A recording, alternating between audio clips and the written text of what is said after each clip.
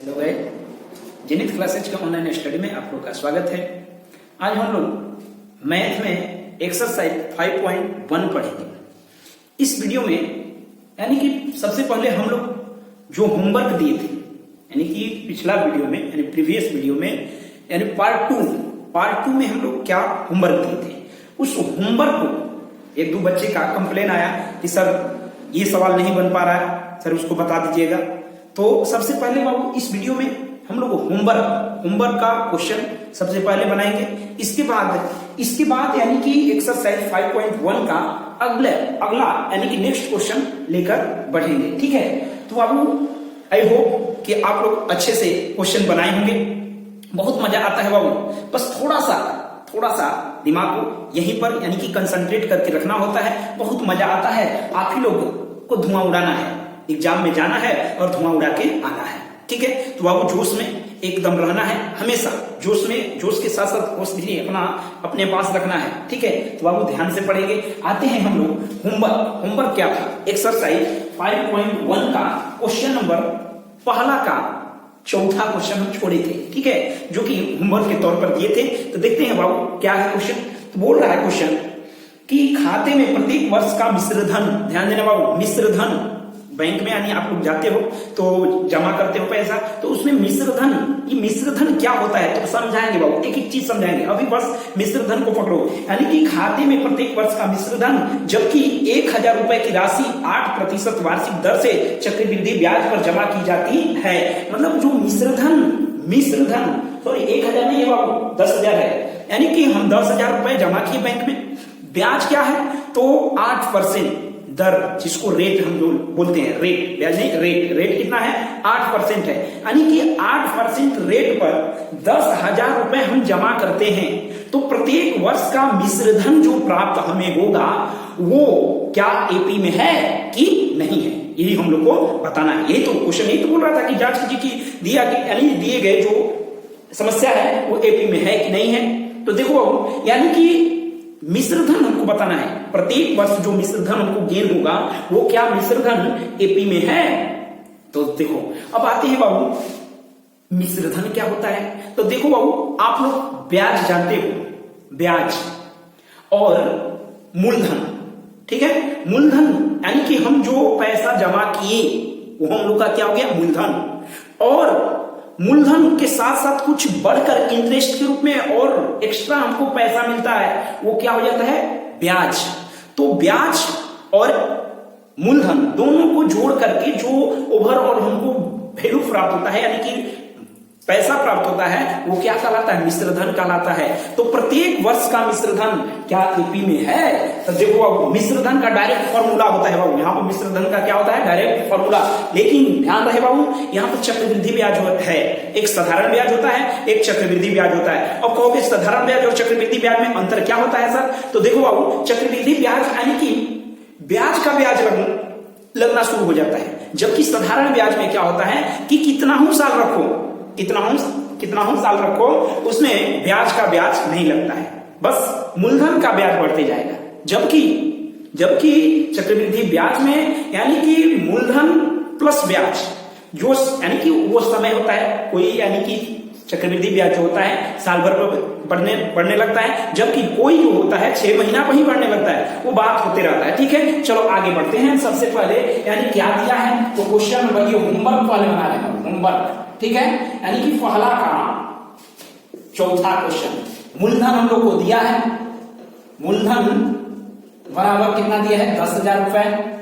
ठीक है, दर यानी कि रेट कितना दिया है बराबर कितना 8%। ठीक है, यानी कि प्रत्येक वर्ष का मिश्र धन जो प्राप्त होगा वही हमको क्या बताना है एपी में है कि नहीं है। तो देखो हम निकालते हैं। तो पहले मिश्र धन का फॉर्मूला, डायरेक्ट फॉर्मूला यहाँ पर होता है, उसको याद आप लोग करोगे।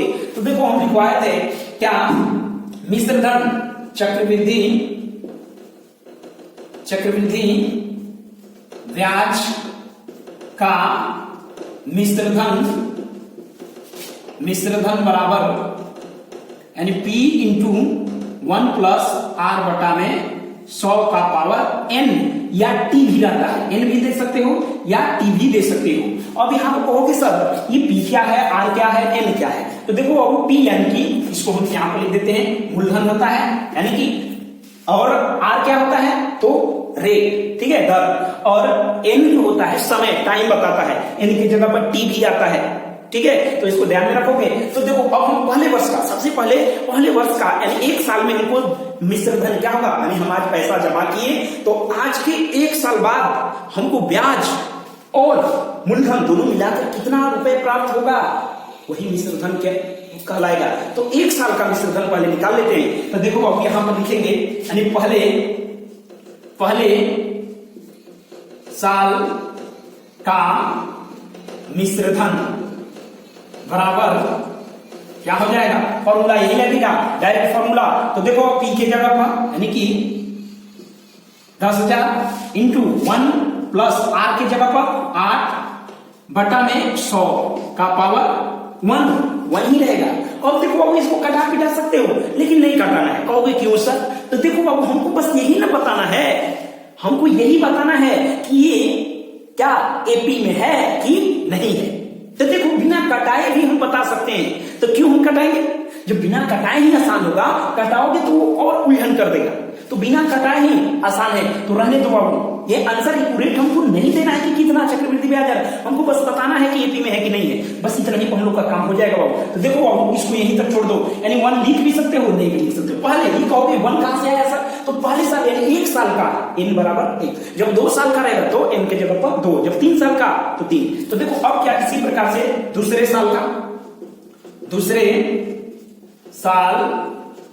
का मिश्र धन बराबर, फॉर्मूला देखो यही रहेगा, यानी कि 10,000 इंटू 1 प्लस आर की जगह 8 बटा में 100 का पावर। देखो दूसरे साल यानी कि अब 2 साल बाद अगर हम पैसा लेते हैं तो मूलधन और ब्याज मिलकर कितना आएगा, तो देखो यानी कि एन की जगह पर 2, ठीक है। इसी प्रकार से तीसरे साल तो कटाओगे नहीं सर, तो नहीं बाबू कटाएंगे नहीं। अगर आप लोग कहोगे कि नहीं सर हम लोग कटाएंगे ही कटाएंगे, तो आप लोग घर पे कटा के एक्यूरेट आंसर निकाल के देखना है जो आएगा। सो यहां पर आएगा जैसे, वहां भी वैसे वही आएगा। तो देखो अब हम क्या करते हैं, तीसरे साल का निकाल लेते हैं। तीसरे साल का मिश्र धन बराबर, यानी कि देखो फॉर्मूला वही हम लोग को दिया है, मूलधन यानी कि 10,000, एनपी का मान 10,000 इंटू 1 तो 1 है, प्लस आर के जगह 8 बटा में 100 का पावर, यानी कि देखो तीसरे साल है यानी कि 3। इसी प्रकार से अगर हम चौथा साल निकालते हैं तो यहां पर क्या आएगा 4, ठीक है। तो देखो हम लोग को प्राप्त मिश्र धन प्रत्येक वर्ष का प्राप्त मिश्र धन बराबर, देखो हम यहां पर लिखते हैं यानी कि क्या आया 10,000 इंटू 1 प्लस 8 बटा में 100 10,000 1 प्लस 8 बटा में 100 का पावर 2, फिर क्या आया यानी कि 10,000 1 प्लस 8 बटा में 100 का पावर, यानी कितना, यहां पर लिखते हैं बाबू, राइट आ रहा होगा, ठीक है। यहां पर लिखते हैं 10,000 1 प्लस 8/100 का पावर कितना 3। इसी तरह से अगर चौथा साल का निकालेंगे तो कितना आ जाएगा पावर 4। मतलब सब कुछ वही है, देखो पावर केवल क्या होते जा रहा है, बढ़ते जा रहा है। तो हम बताए थे पहला क्वेश्चन में याद आ रहा है आप लोगों को, तो कहोगे हाँ सर याद आ रहा है। क्या बताए थे, तो बताए थे कि जब पावर बढ़ता है किसी भी टर्म यानी कि हम बताए थे पद, यानी कि किसी भी पद का, यानी कि श्रेणी में, श्रेणी अब इस श्रेणी एपी है कि नहीं है यही बताना है। तो किसी भी श्रेणी का यानी कि टर्म का, सीरीज का पद का पावर बढ़ता है, पावर यानी कि घात बढ़ता है, तो वह सीरीज यानी श्रेणी एपी में नहीं होता है। तो यहां से हम लोग एकदम क्लियर बता सकते हैं, यानी कह सकते हैं कि यह जो चक्रवृद्धि ब्याज का जो मिश्र धन प्राप्त हो रहा है वह एपी में नहीं है। क्यों नहीं है, क्योंकि इसका पावर क्या हो रहा है, बढ़ रहा है, ठीक है। तो लिख देंगे इसलिए यह एपी में नहीं है, ठीक है, समझ में आया। चलो आगे बढ़ते हैं। आगे अगला क्वेश्चन होमवर्क का ही अभी देखेंगे, होमवर्क का ही अगला क्वेश्चन, होमवर्क का अगला क्वेश्चन यानी दूसरे बटा, ठीक है बाबू। अगला क्वेश्चन है हम लोग का दूसरा का बाबू छोड़े थे, इसमें लगभग 3 क्वेश्चन छोड़े थे जो कि आप लोग से बन गया, ठीक है। तो इसमें का एक क्वेश्चन हम बताएंगे। अब कहोगे कौन सा क्वेश्चन सर? तो पांचवा बाबू, जो कि बच्चे लोग से माइनस प्लस में थोड़ा सा मिस्टेक हुआ है, ठीक है। देखते हैं, यानी पांचवा क्वेश्चन, दूसरा का पांचवा क्वेश्चन, ठीक है। देखो बाबू क्या कह रहा है क्वेश्चन नंबर दूसरा, पहले पढ़ देते हैं। दी हुई एपी के प्रथम 4 पद लिखे, जबकि प्रथम पद ए और सार्वंतर डी निम्नलिखित है। यानी ए का मान दिया गया है, ए बराबर कितना है -1.25, डी बराबर 0.25, ठीक है। यानी ये प्रथम 4 पद इसका हम लोग को निकालना है। अब कहोगे कैसे निकलेगा? तो आप लोग को हम बताए थे बाबू, क्या बताए थे? याद आ रहा है? यानी कि पद निकालने के लिए, किसी भी एपी का टर्म निकालने के लिए एपी का कौन सा जनरल फॉर्म हम लगा देंगे। एपी का कौन सा फॉर्मूला? तो जनरल फॉर्म, यानी कि व्यापक रूप, हिंदी में बोले तो व्यापक रूप, ठीक है। तो देखो आप यहां पर लगाते हैं, यानी कि लिखेंगे एपी का व्यापक रूप बराबर ए, प्रथम से बोला है, प्रथम यानी प्रथम पद से 4 पद लिखे, तो ए, दूसरा पद ए प्लस डी, तीसरा पद ए प्लस 3d, चौथा पद ए प्लस 4d।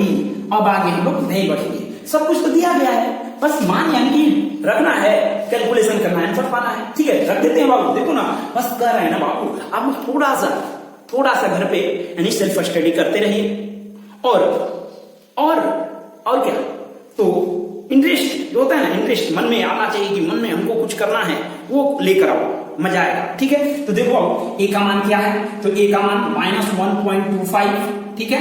और फिर देखो ये पहला पद, ये फिर ए का मान -1. चलो यानी कि इसको हम इस तरह से ब्रैकेट में डाल देते हैं, -1.25 प्लस डी का मान देखो, ये माइनस में इसलिए ब्रैकेट में देना पड़ रहा है, -0.25 मंजिला ब्रैकेट, यानी कि मिडिल ब्रैकेट है, फिर मिडिल ब्रैकेट ए का मान यानी -1.25 प्लस स्मॉल ब्रैकेट -0.25, ठीक है। फिर यानी कि क्या हो जाएगा, एक मिनट और कुछ मिस्टेक हुआ, ये हम लोग का कौन सा निकाल रहे हैं, 2d, यहां पर गलती हुआ है, 2d यहां पर रहेगा, यहां पर 3d रहेगा, ठीक है। तो यहां पर हम क्या करेंगे, 2 यानी कि ऐसे आएगा, फिर यानी कि देखो बाबू क्या हुआ, -1.25 प्लस 3 इंटू -0.25, ठीक है, इस तरह से।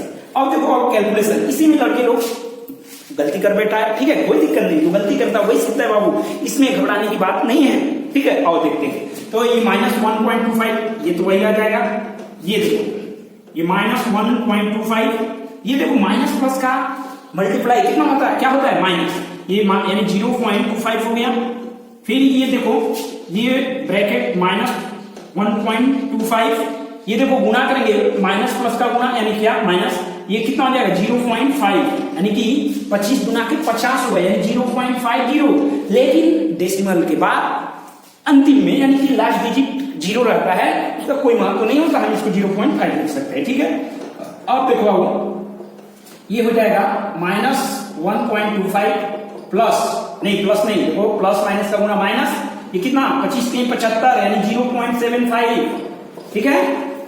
अब ये क्या हो गया -1.25, ये देखो अब यही पर लड़का लोग गलत कर बैठा है, यानी देखो इसमें भी माइनस इसमें भी माइनस, तो माइनस माइनस जब दोनों में माइनस रहता है तो झुकता नहीं, घटता नहीं है, बल्कि क्या हो जाता है, जोड़ आ जाता है, लेकिन माइनस में ही जोड़ होता है, ठीक है। तो ये क्या हो जाएगा, ये -1.25 और 0.25 कितना आ जाएगा, तो -1.50। कहोगे कैसे सर, तो देखो हम जोड़ के दिखा देते हैं, डेसिमल पर का यानी जोड़ कैसे होता है, 0.25, यानी कि डेसिमल के सामने डेसिमल रहता है, ये 5 10 हो जाएगा, 2 to 4 कैरी यानी 5, ये इतना हुआ। अब ये देखो यानी क्या हो गया, कॉमा, फिर ये भी देखो, ये दोनों में माइनस, तो माइनस जब दोनों में है तो क्या होगा, यानी कि इसको हम क्या कर देते हैं, तो जुटेगा, क्या हो जाएगा -1.75, ठीक है।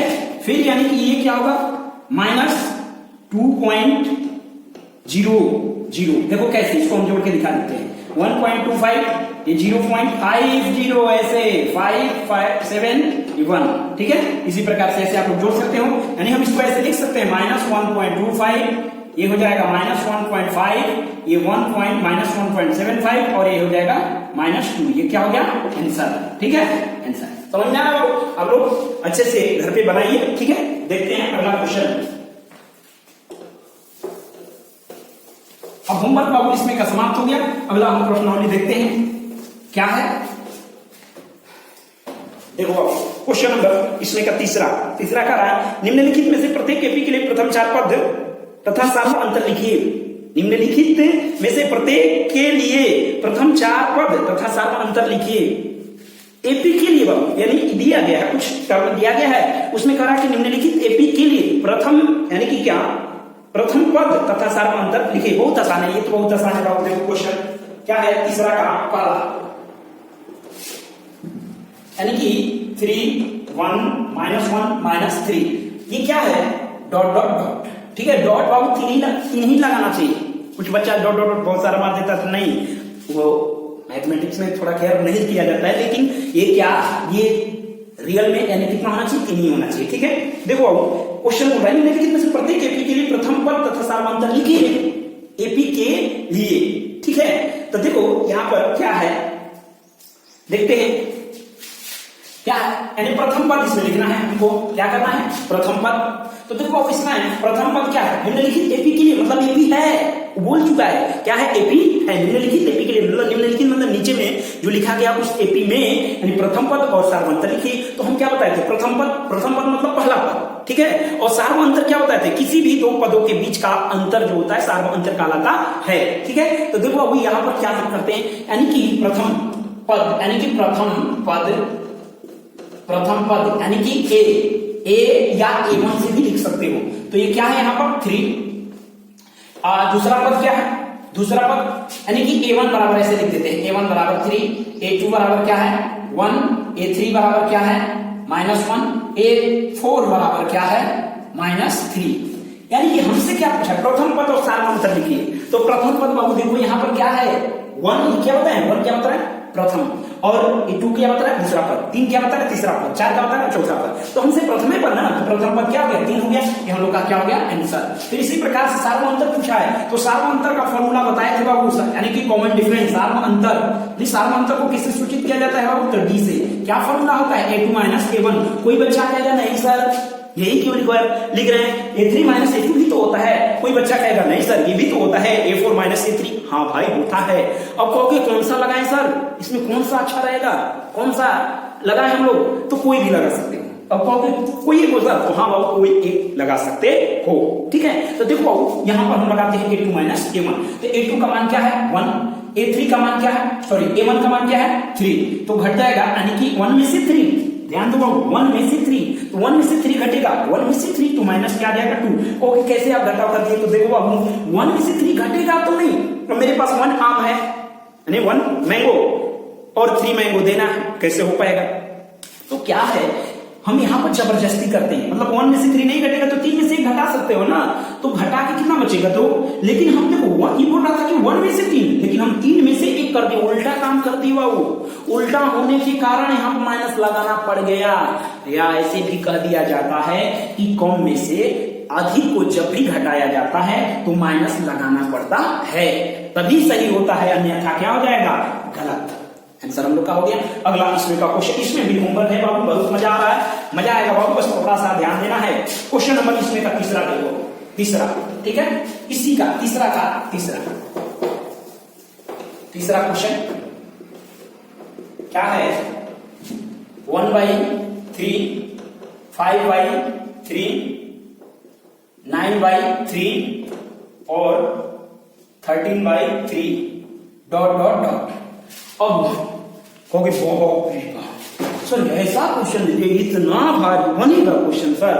अरे बाबू बस देख के डर गए, क्या करोगे बताओ? इतना छोटा सा क्वेश्चन देख के डरा मत करो, ठीक है। क्वेश्चन देख के डर जाओगे तो बनाओगे कहां से? बताओ। क्वेश्चन बाबू कभी भी एक चीज आप लोग को बता दे रहे हैं, क्वेश्चन देख के कभी नहीं डरना चाहिए। स्टेप जो बताया गया स्टेप आप लोग करो, स्टेप करोगे तो खुद ब खुद पता चल जाएगा कि आगे हमको करना क्या है।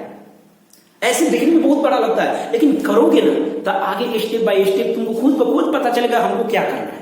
ठीक है, तो इस बात पर ध्यान देना है। क्वेश्चन हम लोग का क्या हो रहा था, कौन यानी निम्नलिखित एपी में, क्वेश्चन वही है, तीसरा ही है ना, निम्नलिखित एपी है, निम्नलिखित नीचे में कोई कुछ एपी लिखा गया, उस एपी में प्रथम पद और सार्वअंतर लिखिए।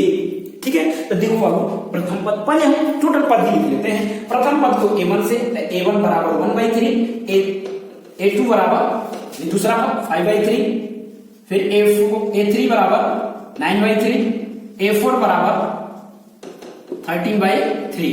ठीक है, अब देखो बाबू, तो हमको प्रथम पद यानी प्रथम पद, फर्स्ट टर्म, प्रथम पद यानी कि यहां पर इंग्लिश में अगर लिखा जाए फर्स्ट टर्म, टर्म बराबर क्या लिखेंगे 1/3, क्या हो गया आंसर। फिर क्या सार्वअंतर, कॉमन डिफरेंस, सार्वअंतर यानी कि इसको डी से डिनोट करते हैं, क्या हो जाएगा, तो फॉर्मूला बाबू अब कहोगे सर थोड़ा सा आप a2 माइनस a1 लगाइए, सॉरी a3 माइनस a2 लगाइए ना, तो चलो ना बाबू लगा देते हैं, क्या दिक्कत, कोई भी लगाओगे आंसर वही आएगा। यदि एपी में होगा तब, यदि एपी में होगा तब वही आएगा सार्वअंतर।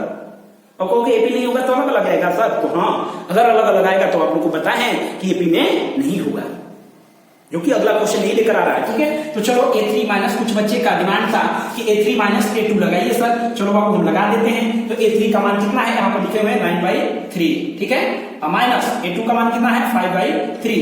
ये क्या हो गया, 3 का घटा। तो आप लोगों को तो पता है 3 का घटा, नहीं पता है तो आइए ना सिखाते हैं, काहे के डर रहे भाई। चलो बाबू देखो, यानी नीचे वाले का क्या लेना चाहिए, यानी कि डिनोमिनेटर यानी हर का, डिनोमिनेटर का क्या लेना चाहिए एलसीएम। तो 3 का एलसीएम 3 बच्चा भी जानता है, और ये 3 से 3 में डिवाइड करेंगे 1, यानी कि 1 से 9 में गुणा करेंगे 9, माइनस 3 से 3 में डिवाइड करेंगे 1, 1 से 5 में गुणा करेंगे 5, यानी कि 9 में से 4 घटेगा, सॉरी 9 में से 5 घटेगा 4, अब y3, ये क्या हो गया आंसर। समझ में आया, अरे बस हो गया सर। तो हाँ भाई बोले थे ना कि बउआ का ये झुझुना है, झुझुना है, बस आप लोग को क्या करना है, बजाना है। मैथ एक बाबू क्या है, मैथ एक क्रिकेट क्या है, गेम है, गेम, कोई भी गेम ले लो, अगर कोई लूडो बोलता है लूडो की तरह ले लो, क्रिकेट खेलते हो क्रिकेट की तरह इसको सोचो, जितना बनाओगे उतना ही क्या होगा तुम्हारे लिए इजी होते जाएगा। ठीक है, देखो आसान है ना। तो बाबू आई होप कि आप लोग को मजा आ रहा होगा, मजा आएगा, बस थोड़ा सा मेहनत करना है बाबू। ठीक है, चलो आगे बढ़ते हैं क्वेश्चन नंबर चौथा की। ठीक है, चौथा क्या बोल रहा है, खैर बाबू ये वीडियो लंबा हो जाएगा, ज्यादा लंबा हो जाने पर फिर बच्चा लोग थोड़ा सा घबरा जाता है कि कितना बाप रे बाप कितना देखना है। ठीक है, तो इस वीडियो को यहीं तक हम लोग क्लोज करते हैं। आप लोग को यदि मेरा वीडियो अच्छा लग रहा होगा तो इस वीडियो को ज्यादा से ज्यादा यानी लाइक करें, सब्सक्राइब करें और शेयर करें, अपने जितने भी फ्रेंड्स हैं सबको बाबू शेयर करो, सबको, यानी कौन से जैसे भी है, एक बच्चे से एक बच्चा 3 बच्चे को अगर भेजता है तो ये मेरा वीडियो बहुत ज्यादा पॉपुलर होगा, और ये आप ही लोग के लिए मेहनत कर रहा हूं बाबू। ठीक है, तो ज्यादा से ज्यादा लाइक करें, लाइक वाला बटन बाबू आप लोग दबाते रहिए। ठीक है, लाइक बहुत कम मिलता है बाबू, अभी हम थोड़ा सा नया चैनल है इसलिए थोड़ा सा भी पॉपुलर नहीं है, फिर भी आप लोग को विश्वास करते हैं कि आप लोग मेरे चैनल को ज्यादा से ज्यादा लाइक करेंगे, सब्सक्राइब करेंगे। ठीक है, धन्यवाद।